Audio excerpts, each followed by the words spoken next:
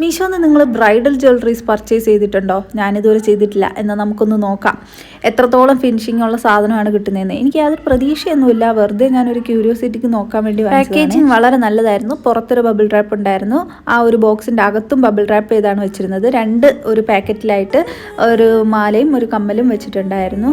ഞാൻ വിചാരിച്ചത് ഒടിഞ്ഞിരിക്കുക, പണി പാളി എന്നുള്ളത്. പക്ഷേ എടുത്തു നോക്കിയപ്പോഴേ മനസ്സിലായി അത് ഫോൾഡ് ചെയ്യാൻ പറ്റുന്ന നെക്ലസ് ആയിരുന്നു.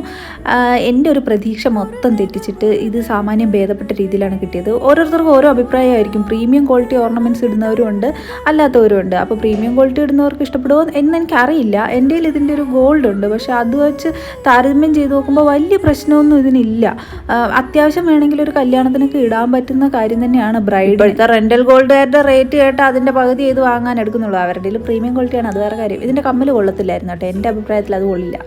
അൺഫോർച്ചുനേറ്റ്ലി ഇത് ഔട്ട് ഓഫ് സ്റ്റോക്ക് ആയിട്ടുണ്ട്. സിമിലർ ആയിട്ടുള്ള ഐറ്റംസിൻ്റെ ലിങ്ക് ഞാൻ കൊടുത്തിട്ടുണ്ട്.